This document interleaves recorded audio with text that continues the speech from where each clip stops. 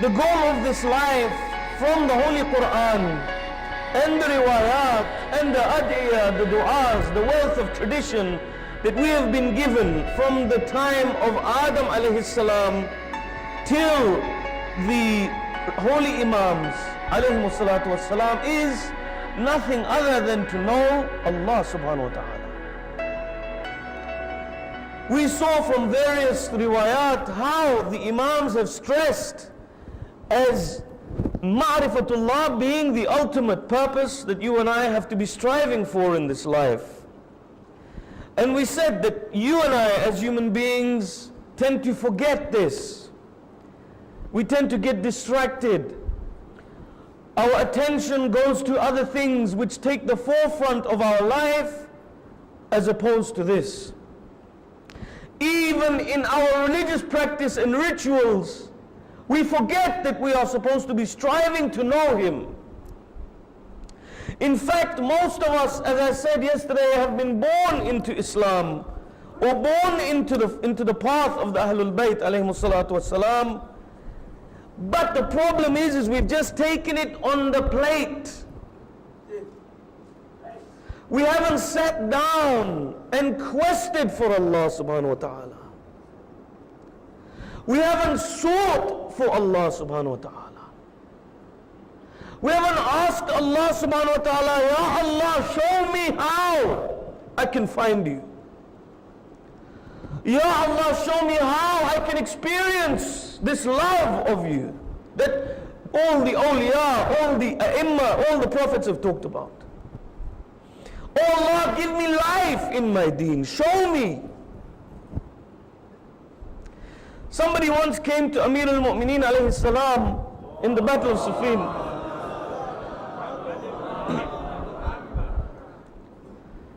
Now, the Battle of Siffin, if you imagine, was a tumultuous time in the era of Islamic history.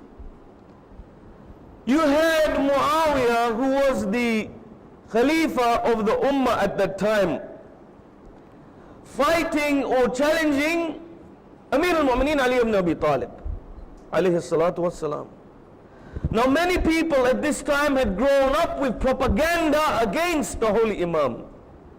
Nobody had seen the Imam, all they had heard was heavy propaganda.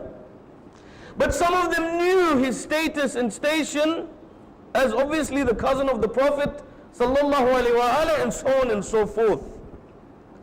One man comes to Amir al-Mu'mineen alayhi salam at this time, because Ali ibn Abi Talib alayhi salam was known, no matter what you said about this man was known to be just. And he was so truthful, a manifestation of the haqq and the kalima of haqq. Even if it would have been against him, he would have spoken the haqq. So one man asks him, who should I fight with in this battle?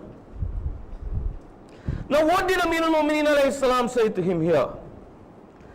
Did he say to this man, fight with me because I'm the cousin of the Prophet? Did he say to this man, fight with me because the Prophet gave me his daughter in marriage? Did he say, fight with me because the Prophet declared me at Ghadir? Imam said nothing like this. Imam uttered a statement which you and I have to ponder over deeply. He said, "I'rif al-haq, ta'rif ahlah." That know the truth and you will know its people. Imam didn't give him the answer on the plate. Imam didn't say, fight with me. Imam didn't say, don't fight with Muawiyah. Imam said, know the truth, search for the truth, quest for the truth till you realize it. Then it will be by default. You will know its people, no matter what people say about them. Because people of the truth are always talked about and insulted.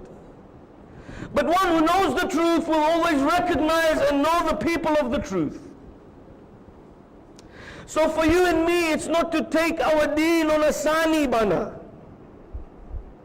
It's the quest for Allah subhanahu wa ta'ala.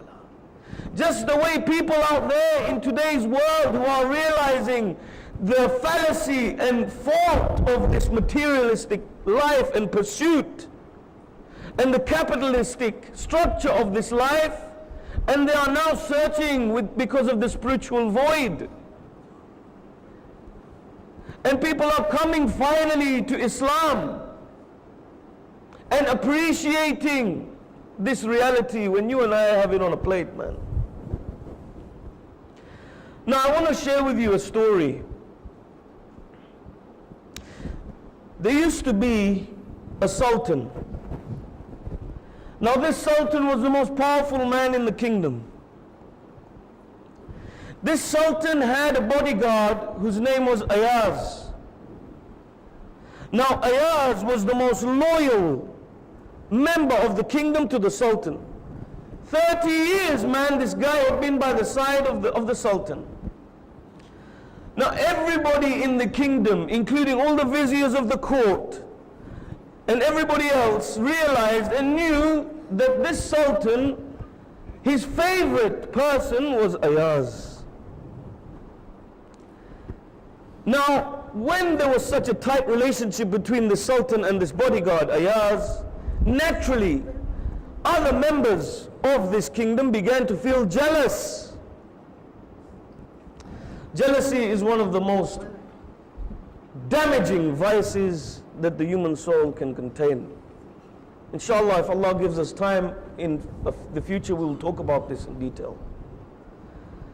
So now there were some viziers, they didn't like it that these guys were so close. So a group of viziers one day approached the sultan. Now these viziers had tried to find a fault with Ayaz to highlight to the sultan so that the sultan would see Ayaz lesser in his, how he would appreciate him. But no matter how hard these viziers tried, they couldn't find a single fault with Ayaz. Ayaz was a mu'min, immaculate. So one day the viziers approached the sultan, and the first one said, Ya Mawla, oh my master, have you ever wondered? Now you see, Ayaz, every day for 5 minutes, he would leave the side of the sultan and go to his private chambers, 5 minutes a day. So the first one says, oh my master, have you ever wondered why Ayaz retires to his private quarters every day? The sultan's like, my man's just taking a rest. He's like, no, maybe he's plotting to take over your throne. The second one says, my liege, maybe he even wants to kill you. The third says, master, he possibly wishes to govern the kingdom. So the sultan by default dismisses these ideas and says, you guys are crazy, leave my presence. But what these viziers had done is they had planted the seed of doubt in the mind of the sultan. So now even though by default he dismissed it, now he goes home to his wife and he consults his wife. He says, John, do you think Ayaz would ever want to overthrow me? Do you think he'd want to take my throne? Do you think he'd want to kill me? Now alhamdulillah, Allah had given this sultan a wise woman as a wife. She said, what's the matter with you? Do you not remember this battle when only Ayaz was at your side, everybody else fled? Do you not remember this Y moment when he lost one of his limbs to sacrifice for you, defending you? Do you not remember Z time when he defended your cause verbally when all others fled? So he said, yeah, you're right, man. But now I want to know what he's doing in his chambers. I'm curious, as I'm sure you all are. So she said, we'll send a spy, they'll check on these Ayaz, we'll see what he's doing in his chambers, and we'll know, don't worry. So the next day and the following days, the spy goes and sees what Ayaz is doing. Day after, the spy comes to the sultan to report. The sultan says, tell me. The spy says, he's doing nothing. The sultan's like, my God, mana, tell me, he's got to be doing something. He says, look mate, he does nothing. All he does, he sits down on his bed, he takes a small box, opens the box, Inside, from inside, he takes out some worn out clothes and some tatty shoes. Sits there, puts it back, and comes out. Now the Sultan's even more confused. Next day, finally, he meets Ayaz. He says, Ayaz, just tell me, mate, what are you doing looking at these ripped up clothes and broken shoes? Ayaz says, Master, I've been with you for 30 years, but not a day goes by where I don't remind myself of where I came from. Those were the shoes that were on my feet before I entered into the bounty of you, my master. Those were the clothes that were on my body before I came to see you, oh my master. So I remind myself so that I do not take the bounty of my master for granted. My brothers and sisters, you and I are swimming in the bounty of Allah subhanahu wa ta'ala. But we need to remind ourselves of these bounties, man. We need to go down in sajda in gratitude for everything you and I have. Just as Ayaz reminded himself of his origins, you and I need to remind ourselves of our origins.